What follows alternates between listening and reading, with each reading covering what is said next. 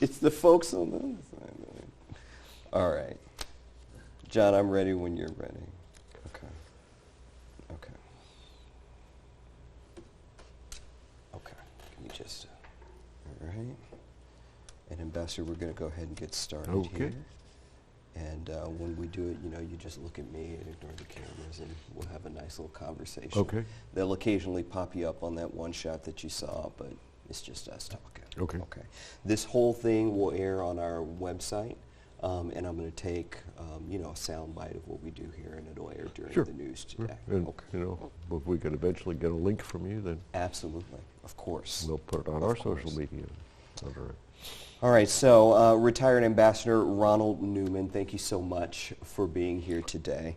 Let's just go through your resume a little bit. You spent very briefly. Very briefly. Well, it's a long resume. I'll try to keep it brief. My joke is the short version is 3 embassies, 4 wars. 4 wars. I mean, that is the short version, yeah. 37 years in the State Department. You were the ambassador to Algeria, Bahrain, Afghanistan, and after 37 years in the State Department, for now the past, decade and a half, you've been the president of the American Academy of Diplomacy. So tell me a little bit about what that is. What do you all do? It's a strange organization. Okay. We're 40 years old. Mm-hmm. We were organized by people like Henry Kissinger. Mm-hmm. We have 2 purposes, basically. One is to talk to Americans about why diplomacy is important, why it should be supported, and some of the reality, which, a lot of people would tell you diplomacy is important, and then they would have exhausted their knowledge of the subject. So we try to build that out a little bit. And then the other is studies or work on things where we think the State Department could do a better job, and where we are unique, or certainly different from a university or a think tank, is that when they've finished the study, then the project's done. In our case, we often work on implementation. So for the last 2.5 years, we had a project, began with a study. Diplomats are living too much confined in difficult countries. They're staying too much behind fortified walls. They need to get out. They need to talk to civil society. They need to talk to opposition leaders, women's groups. And they weren't doing it enough, mostly because of the fear engendered in Washington by Benghazi. Mm-hmm. And so we were pushing for this, and one of the things we thought was essential was a change in the law. And so we finished the report, and we spent 2 years working with Congress and got the law changed. Now, it's a very niche kind of thing, but for an organization that's less than 400 people, we feel very satisfied. I bet you do. Getting a law changed. And taking a position that diplomats have to accept more risk. Let's talk about being a diplomat and what diplomacy is for the average person who doesn't really understand what the State Department is doing. And why should they? Yeah, and why should they? Yeah. Yeah, why should they understand? Well, the shortest form, diplomacy is getting foreigners to do what we want them to do and like it. So they'll continue to do it. So you can go back and work with them. This is why it is important to find common ground, not just beat on people. Until you can beat on people if you got enough power and get them to do something once, but you build up resentment. You can't come back and work again. So my favorite definition is diplomacy is the art of telling someone to go to hell in such a way that they look forward to the trip. So it's and I like that, but partly not just because it's a good joke, but also because it makes the point that it's not about not delivering the message. A lot of people will say, well, I'm not going to be diplomatic, meaning that they think diplomacy is evading the subject. But it's really how you're delivering It's how you deliver the subject. Yeah. Now, there's other parts of it. There's a huge piece which is protecting American citizens. So when you have a war in Israel, when you have a pandemic, and you suddenly have thousands of people, sometimes all over the world, that want to get out, guess who gets them out? We may do it with the military. They have logistics abilities and things that we don't have. But the people in charge of getting that thing organized are the diplomats.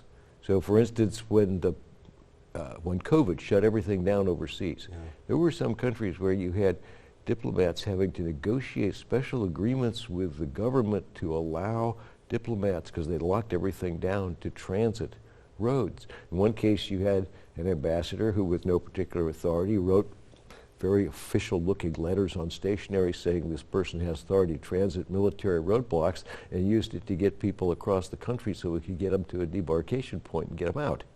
With no particular authority, With no but it particular, worked. yeah, but it worked. But it worked. So, you know, that's also a diplomatic job. So you're here in Savannah. You're going to be talking to the Savannah Council on World Affairs. They have a speaker. They have speakers in every month. And so you're here to talk about America's diplomacy falls behind and how to fix it. You are a great person to talk about that because of your considerable experience in this arena. How do we fix it? You say that your academy, you've come up with a few different ways, but you have a couple of major recommendations for how to go about doing that. You say ongoing long-term education, and then a surge capacity, ramping that up, having a State Department reserve. What is that? What's that mean? Okay. Periodically, you have a need for more people. The military meets that need because the military has units in training. They're not all deployed. The diplomats are fully deployed all over the world. There's no reserve force. So the only way you surge to meet a crisis is strip people out of jobs and leave them vacant, or double hat other people. And that happened, you brought up the COVID-19 pandemic, that happened during the pandemic because we shifted people from their jobs to handle these urgent needs, and then we couldn't get passports to people. Yeah, and we did it, exactly. And then we did it again, you know, we've done it repeatedly. And so if you had a reserve, you would have a much more developed capacity to meet a crisis without screwing everything else up. You know, passports are a great example. They are hiring a lot more passport examiners, but they have to have security clearances because you don't want to give U.S. passports to people that might have bad ideas. And if you've ever had any experience with this, you know security clearances are not getting done quickly these days. Takes a while. It takes a while. So if you had a reserve corps, you could have slammed them into this right now. It isn't just about having a bunch of old seniors. You may need people who are passport examiners, who are contracting. If you're doing an evacuation, one of the things you're going to need to do is charter airplanes. You don't need an ex-ambassador to do that. You don't need somebody who can write the requirements for a legally binding charter. Ideally, how many people in a State Department reserve? Ideally, building up slowly, over 5 years, 1,000 people. And at the end of that, your yearly cost would be about half of one F-35 fighter. So that's an incredible thing to say, because a lot of people say, oh, we're spending too much money in the government anyway, we're spending too much foreign aid money, but you say, no, really, for half of a fighter jet, we could have what we could need. have this capacity. Yeah, exactly. As far as the reserve is concerned, would you set that up? Are we talking like a military reserve, like very much that sort of system? Very much so. Yeah. It would not all be people in the State Department. People could be in the reserve all over the country. Very much like the reserve. You would have a 3-year commitment. You would have, at least in our notion, you would have regular monthly training, most of it virtual. Because you're recruiting people for skills, so you need to keep skills up to date. Otherwise they atrophy. And like the military, if there's a crisis, you get your deployment orders. You know, it's not like we have ability to use retirees, but now it's, you know, would you be able to go to Mongolia this summer to help out with the embassy? No, here's your orders for Bangui, you leave on Wednesday. This is not a voluntary, you volunteered for the reserve, now you're under orders. And like the reserve, your job would be protected legally. Still there when you get back. Still there when you get back. Okay, so in the context of America's diplomacy is falling behind, we need to fix it, you have some suggestions on how to fix it. So as it is now, and we are reacting to things all over the globe, including the conflict between Israel and Hamas, how would you say our reaction has been from the State Department level to what's going on over there? How involved are we? Should we be more involved? Are we getting it right? Are you asking me about our ability to deploy or about a policy question? Ability to deploy, both, but let's start with ability to deploy. We do fairly well, but we do it at a price because we strip people out of other things, we let other things go. And that's where the reserve will And come that's in. where the reserve Yeah. comes in. So right now we have gaps all over Africa in our embassies.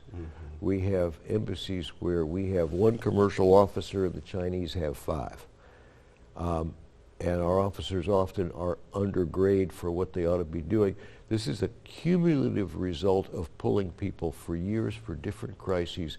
Plus, under the Trump administration, there was an effort to just cut things, but they had no plan. They just wanted to cut.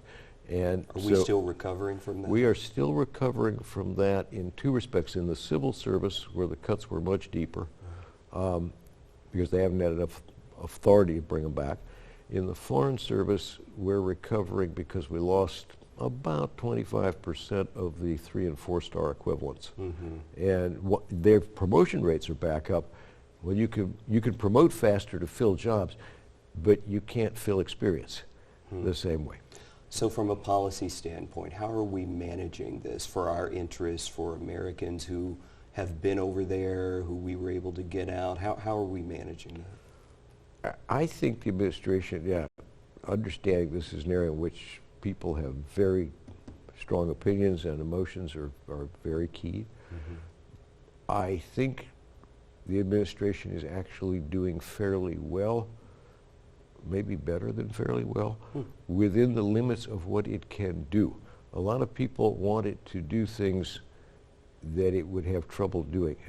Some people want it to just back Israel no matter how many civilians they kill.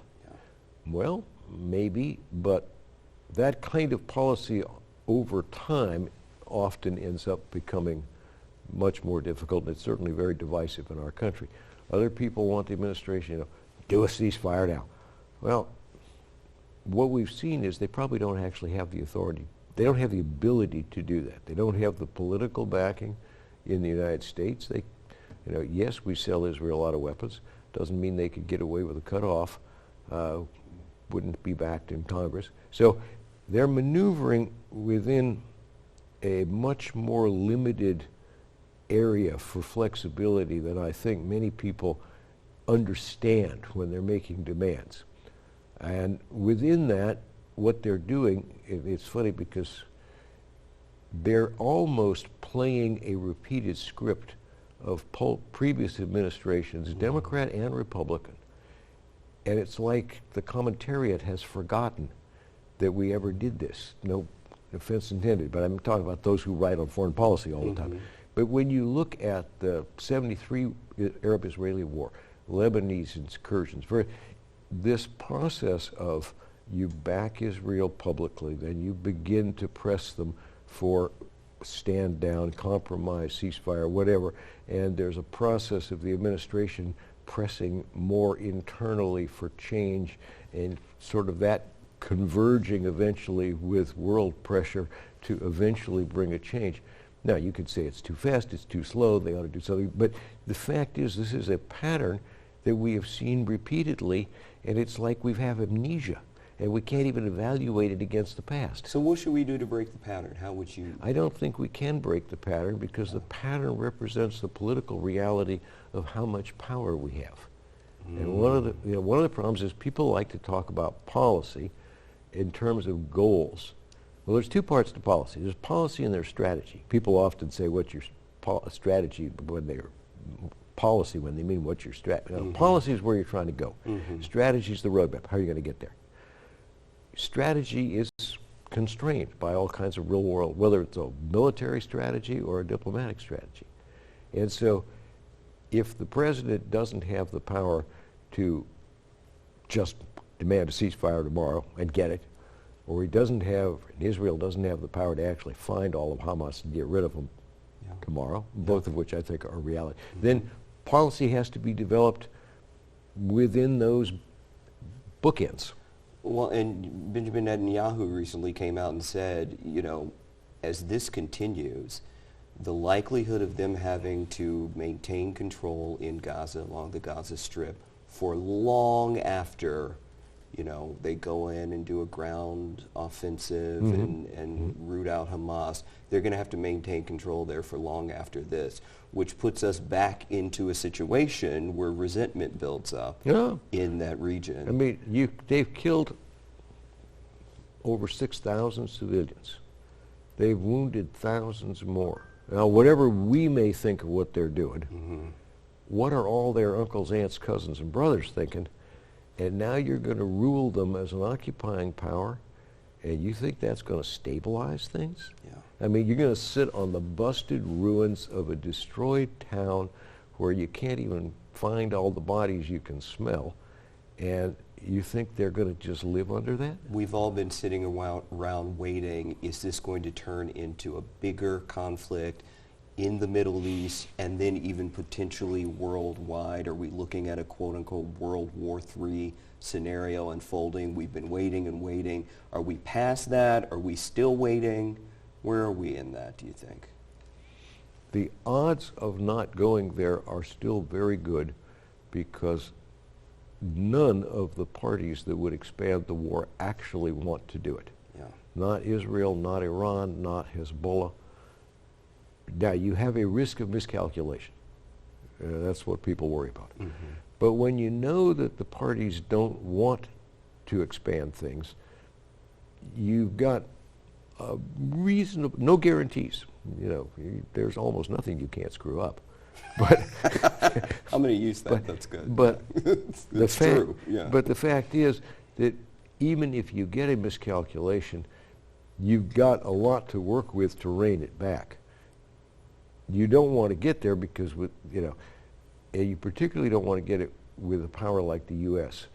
because, let's say that Hezbollah or the Iranians or somebody manages to actually hit one of our ships and cause a lot of death. Well, then we're going to hit them back. Now, are we going to be able to say, well, they got theirs, we got ours, we quit? You got to have that on both sides. That's tough. That's where you don't want to be. But if you know that you don't want to go tit for tat, and this is a problem with Iran policy, the number of people that talk about using force in Iran is incredible, and the number of people that ever work through, okay, if we start this, where do we go? If you didn't like Iraq, why don't we try it again with a country 3 times as large? Yeah. There is almost no end to unexamined stupidity that we're capable of. No end to unexamined stupidity. All right, Ambassador, I'm going to keep you for just a little while longer. That's right. It's great fun. I wanted to ask you, there's still a war in Ukraine going on, and I know Israel and Hamas, that conflict is dominating headlines, but we're still dealing with Ukraine as well. We're sending aid to Ukraine. We're sending aid to the Middle East. A lot of people talk about the money we're spending on these conflicts, and it's too much money. We have issues here at home. But I read an article in which you were quoted putting that into perspective, right? The money that we're spending. It's actually less than people would think. On foreign aid as a whole? It's less than 1% of the budget. Yeah. People don't get that. No, but they haven't for 20 years. Is that you also? Is that the State Department's fault? Is that the government's fault? Whose fault is that we don't really understand that it's less than 1% of the budget? It's such a good look. It's the media's fault. There's no big voting constituency for foreign affairs generally or for foreign aid, and it's a great line if you're in Congress on either side at any given moment to talk about got to do less for those foreigners and more for our people. It's a nice, simple line. It's a good soundbite. It's a good soundbite. The fact that it might, so let's do yet less for Ukraine, and if that ends up leading Putin to enlarge his war in the future, which would draw NATO in, which would draw us into a war with a nuclear country, well, let's just ignore that because we don't want to pay for foreigners. If losing in Ukraine emboldens the Chinese to actually try for Taiwan. And we're pretty clear that we would fight. So, people are worrying about expanding a war in the Middle East where you're talking about it's messy, you might get stuck in, and you've got third-rate power like Iran. So let's ignore the risks that could bring us into war with thermonuclear powers that are power peers. This is absolutely short-sightedly dumb. You have to concentrate on it. You have to spend money on it. You have to spend, well, in Ukraine, I mean, look, we're spending money. They're spending blood. Yeah. We're blunting Russia's power, and the people who are dying in order to accomplish that are Ukrainians.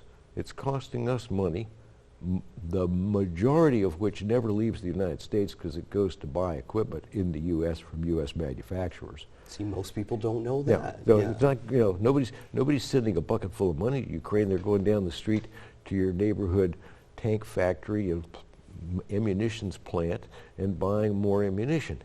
By the way, we better keep buying ammunition because one thing we've found out in Ukraine is that our own standards for what we need in war stocks are massively underrated. And we're going to need to build those stocks up. And a lot of this stuff, it's not good sound bites, but it's really simple. If you want more ammunition faster, you have to have long-term contracts so the companies will invest in the machinery. Otherwise, it's like trying to make the hamster run faster in the wheel. There's only so much faster the hamster can run. And so much energy it has to and so give, much energy it has to give. So you've got to have another hamster. All right, Ambassador, thank you so much for dropping by. It was and a talking kick. to Thank us. you. And looking forward to that talk that you're having tonight. It's at the Skidaway Community Church. Starts at 7:30. Social time starts at 7 o'clock. And I know they will learn quite a bit. Well, thank you very much for having me. Thanks for coming by. Thank you. My pleasure. Thank you.